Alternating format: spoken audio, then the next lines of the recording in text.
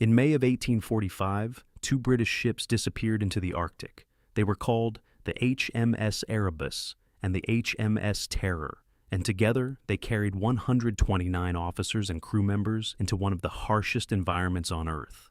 Their mission sounded ambitious, but not impossible. Find a route through the Arctic. For decades, Britain had searched for what was known as the Northwest Passage, a sea route connecting the Atlantic and Pacific Oceans through the frozen North. Whoever found it would secure one of the greatest geographical achievements of the 19th century. Many expeditions had tried, some had failed, others had vanished. But this expedition seemed different.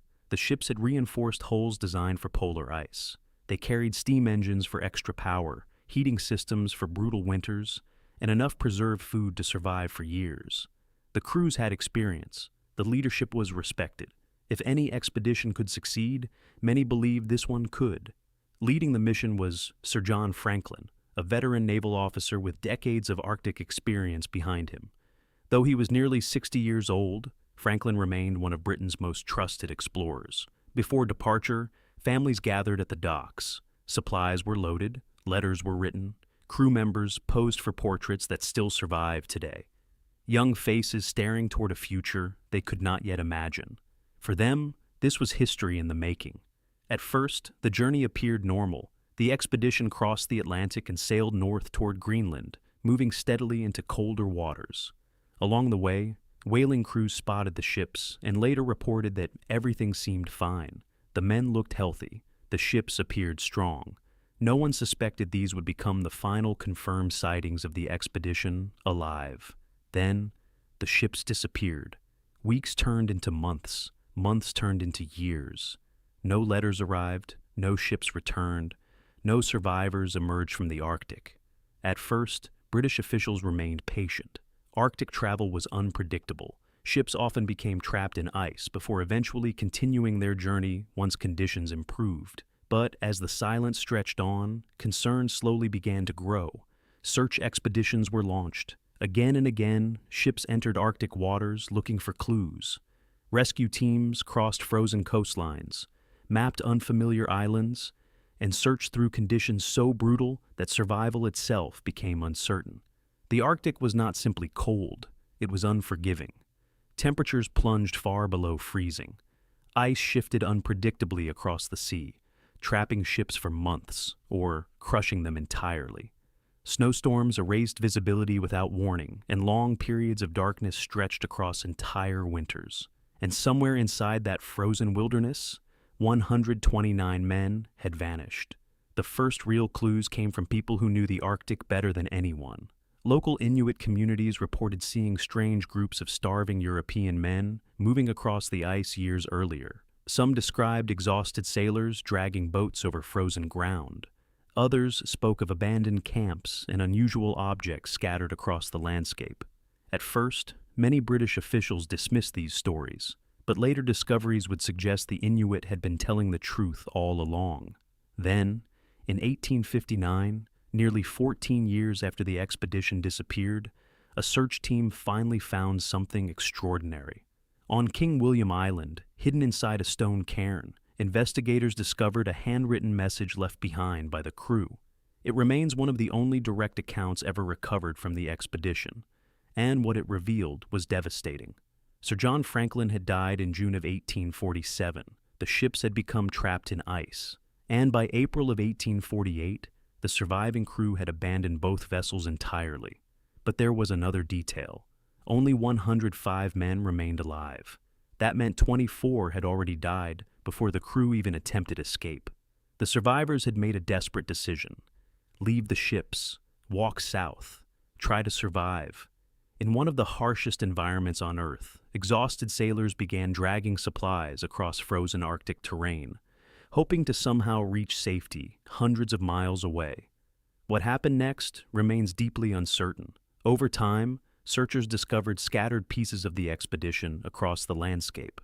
Silver spoons engraved with officers' names, buttons from naval uniforms, boots, cooking supplies, fragments of a life slowly falling apart in the cold. One discovery stood out above all the others. Investigators found a heavy lifeboat mounted on a sled, abandoned far from open water. Inside were blankets, weapons, books, and oddly unnecessary possessions. The scene raised difficult questions. Why had starving men carried heavy silver items while struggling to survive? Why drag so much weight through deep snow? Something about the expedition's final days no longer seemed entirely rational, and then came an even darker possibility. Human remains discovered along parts of the route showed signs of severe starvation. Some bones appeared to contain marks suggesting flesh had been removed after death. To modern researchers, the evidence points toward a grim possibility. Cannibalism may have occurred during the expedition's final days. At the time, many people refused to believe it. Victorian Britain struggled to imagine Royal Navy officers resorting to such desperate measures, but survival in extreme conditions often forces impossible decisions, and starvation alone may not explain everything. Some researchers believe the danger may have begun long before the ships ever became trapped. The expedition had carried thousands of preserved food tins packed quickly before departure. Later investigations suggested poor manufacturing may have contaminated supplies with dangerous amounts of lead. If true, the effects could have been devastating. Confusion, fatigue, poor judgment, weakness, combined with freezing temperatures and starvation. Even experienced sailors may have slowly become unable to think clearly. Then there was the ice itself. Modern climate research suggests the ships encountered unusually severe Arctic conditions. Heavy pack ice may have trapped the vessels near King William Island for years, leaving the crew stranded without escape, waiting, hoping, watching supplies slowly disappear. For generations, however, one question remained unanswered. Where were the ships? The Erebus and Terror had vanished completely. Then, more than 170 years later, everything changed. In 2014, Canadian researchers discovered the wreck of the HMS Erebus beneath Arctic waters. 2 years later, they found the Terror as well. Remarkably, parts of both ships remained astonishingly well preserved beneath the freezing ocean. Cabins, objects, equipment, entire sections of the vessels appeared frozen in time. But the discoveries created new questions. Why had one ship moved so far from where the crew reportedly abandoned it? Had survivors returned to the vessels after leaving? Had some men remained alive longer than historians once believed? Even now, no complete journal has ever been found. No detailed account survives describing the crew's final days. Much of what happened still exists only in fragments, objects buried in ice, Inuit testimony, scattered remains, and ships resting silently beneath Arctic waters. And perhaps that uncertainty is what continues to fascinate people nearly 2 centuries later. Because the Franklin expedition is not simply a story about ships lost in ice. It is a story about isolation, about survival, about how quickly confidence can disappear when nature stops cooperating. The surviving portraits of the crew make that feeling even stronger. They appear calm, disciplined, and ordinary, men standing proudly beside ships they believed would carry them into history. They did not look like people walking toward disaster. They looked completely prepared. And maybe that is the most unsettling part of all. Somewhere in the silence of the Arctic, surrounded by ice and darkness, 129 men slowly disappeared from the world.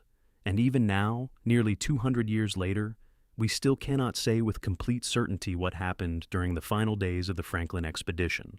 If you enjoyed this story and want to explore more real historical mysteries and forgotten expeditions, make sure to like the video, subscribe, and share your thoughts in the comments.